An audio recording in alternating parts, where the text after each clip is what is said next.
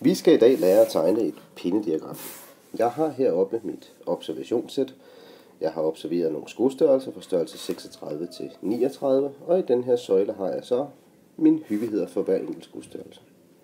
Når jeg skal tegne mit pindediagram, har jeg brug for at tegne et koordinatsystem. Jeg har min x-akse, den vandrette akse, og jeg har min y-akse, som i det her tilfælde er hyppighederne. Jeg tegner nu ganske enkelt for hver enkelt af mine observationer.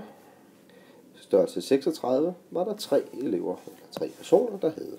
Jeg tegner en søjle, der går fra 36 op til 3. Så tager jeg min næste hyppighed, størrelse 37, der var hyppigheden 9, og tegner en søjle op til 9.